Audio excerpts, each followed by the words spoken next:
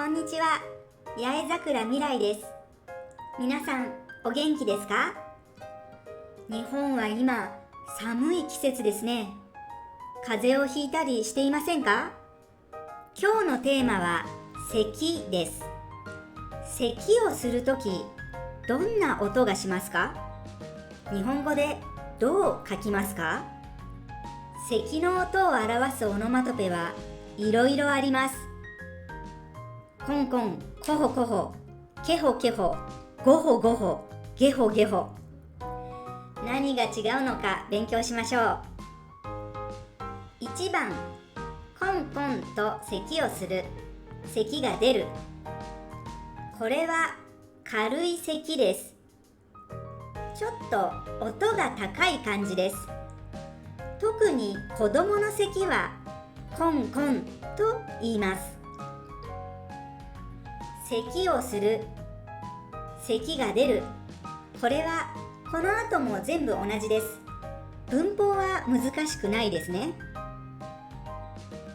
2番、コホコホ、コホンコホン。これも軽い咳ですが、音は低い感じです。乾いた状態で出る咳です。エアコンをつけていると咳が出ることがありませんか？そして3番、ケホケホ。これも軽い咳。音が低い。乾いた状態で出る。2番のコホコホと同じ説明です。だいたい同じですが、3番ケホケホの方が煙の影響が強い感じがあります。ここまでの例文を見てみましょう。子供がコンコン咳をしている。風邪をひいたのかな？部長はコホンと咳をしてから話し始めた。2番のように1回だけの咳ならコホンと言いま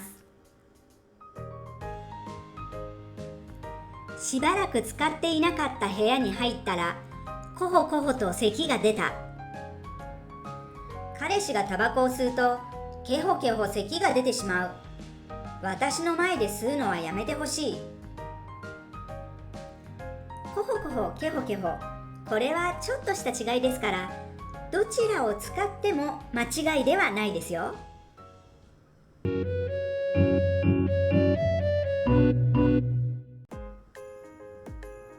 4番、ゴホゴホ、ゴホンゴホン。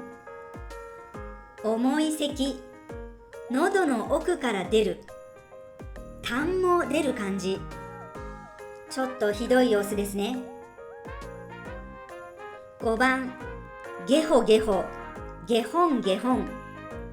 重い咳、胸から出る感じ。4番、ゴホゴホよりひどいです。これは病気かもしれません。病院での会話を見てみましょう。今日はどうしましたか？咳が出るんです。どんな咳ですか？夜中もゴホゴホ出て寝られないし、喉がすごく痛いんです。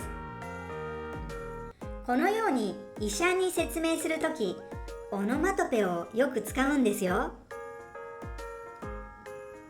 隣の席の人がゴホンゴホンと咳をしている。マスクをしているけれど心配だ。ゲホゲホ咳が出て苦しい。変な病気だったらどうしよう。皆さん、ひどい咳が出たらちゃんと病院へ行ってくださいね。はい、もう一つ、くしゃみの音もあります。6番、ハクション、くしゃみの音です。漫画で見たことがあるかな？ちょっと会話を見てみましょう。ハクション、大丈夫？風邪？花粉症。まだ2月なのに？もう花粉は飛んでるよ。は、ハクション。ごめん。お大事にね。はい、今日の勉強はどうでしたか？もう一度チェックしてみてください。